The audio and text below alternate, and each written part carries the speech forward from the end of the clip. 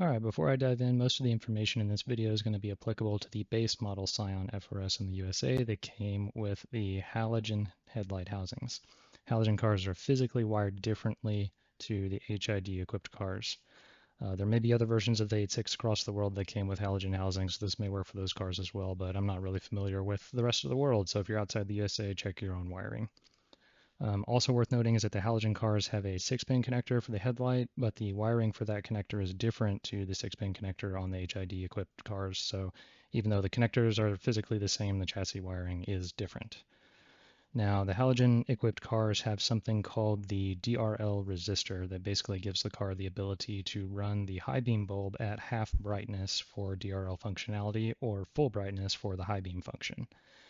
This arrangement creates two main problems for us if we want to run GT86 or BRZ LED headlight housings from the first generation refresh cars or aftermarket headlights. I'm not going to go into any detail on aftermarket headlights and adapters and whatnot because those lights are all different, and from what I've seen, the adapters don't actually work fully or they require you to run a bunch of extra wires and crap.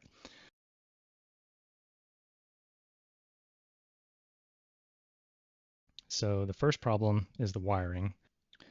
Alright, this is a simplified diagram of the DIM and DRL relay with the high beam bulb and DRL resistor.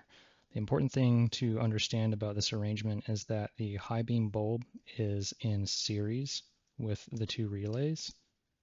So this circuit does not complete without both relays.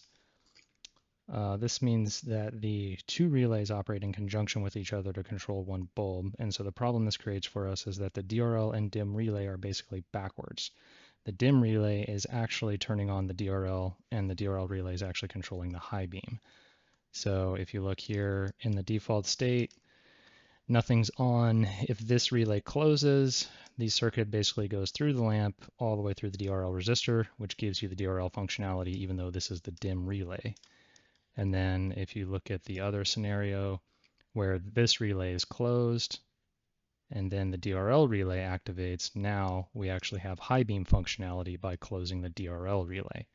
The other thing to understand about this is that you cannot have the high beam on without the DIM relay also being on. So this is the biggest difference between the halogen and HID equipped cars, is that these two relays are operating together. Whereas on an HID car, the DIM relay just does the DRL or the high beam, and the DRL just does the DRL. And the second problem is the ECU programming. You can still do the swap without reprogramming the ECU, but you won't technically have 100% OEM functionality from the lights, then the wiring will need to be a bit different. So what this means for your stock positions on a halogen car is, here's a truth table to kind of explain the minor problem this creates for us. With both relays off, obviously the bulb state is off. When we let go of the e-brake and the DRL turns on, like I said before, it's actually the DIM relay that turns on to give us the DRL. The problem is the DIM relay has to be on in order for the high beam to work. So in order for us to get high beam, we have to have both of these relays on. And that means that later on when we switch to an LED headlight housing, when we're in DRL mode, that will work just fine. But when we activate our high beams, it's also going to activate the high output mode for our DRLs. And so when we reprogram the car to HID mode, we get a much more logical truth table from these relays, where when we have the DRL relay triggered, we have only the DRL relay on and the DIM relay off. And then when we have the DIM relay triggered, only the DIM relay is on and the DRL relay is off. So I'll illustrate the difference here. With your e-brake off, your DRLs will be full brightness. With your lights on, the DRLs will go to half brightness. And then with your high beams on, the DRLs will also go back to full brightness, which is not technically correct, small difference. If you have the car reprogrammed to the HID car behavior, the DRLs will operate appropriately, where they will be on full brightness without your lights on, they will dim to half brightness with your lights on, and they will stay at half brightness with your high beams on. That is the 100% correct OEM functionality. Small difference, but if you want 100% functionality, you do need to reprogram the relays. As far as getting access to SSM4 to reprogram the relays, you can download this software off the internet. There's a few sites that host it. Beware, I always do this type of thing on a computer I don't care about that is not connected to my network. But you can get access to the actual software.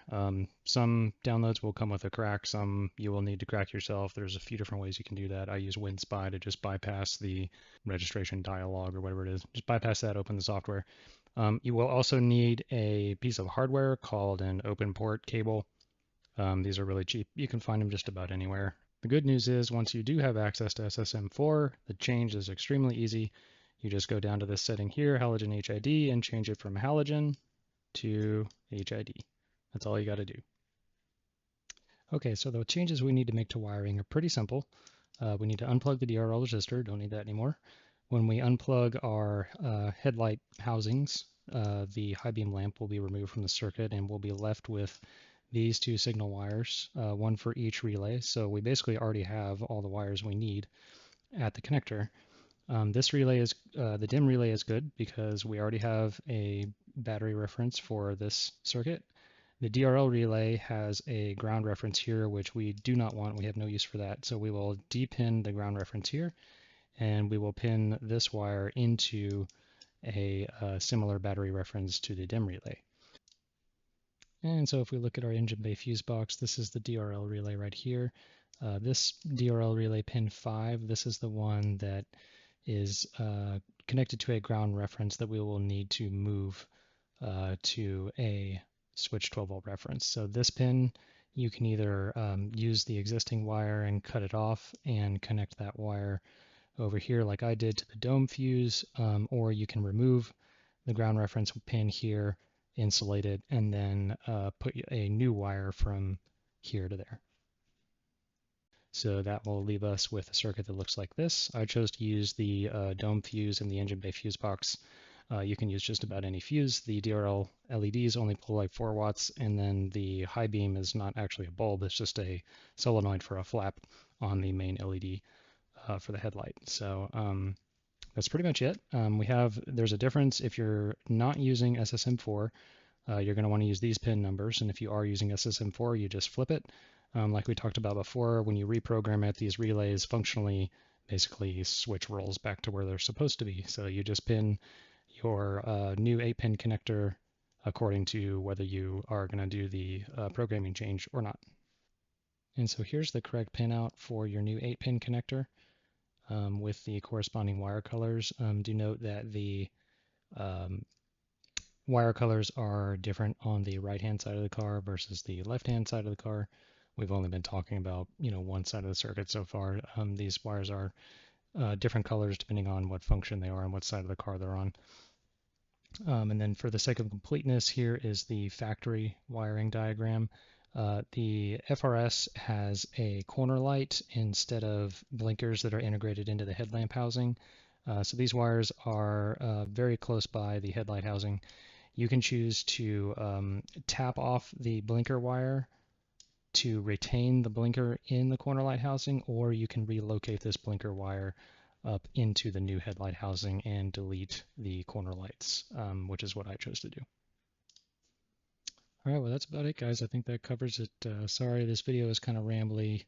I was sick today, so I wasn't at work, so I had a few hours to throw this together since ft86club.com is dead, and there's not a lot of good places to find information like this specific to the base model halogen cars. So if you have any questions, feel free to leave them in the comments, and I'll do my best to answer them.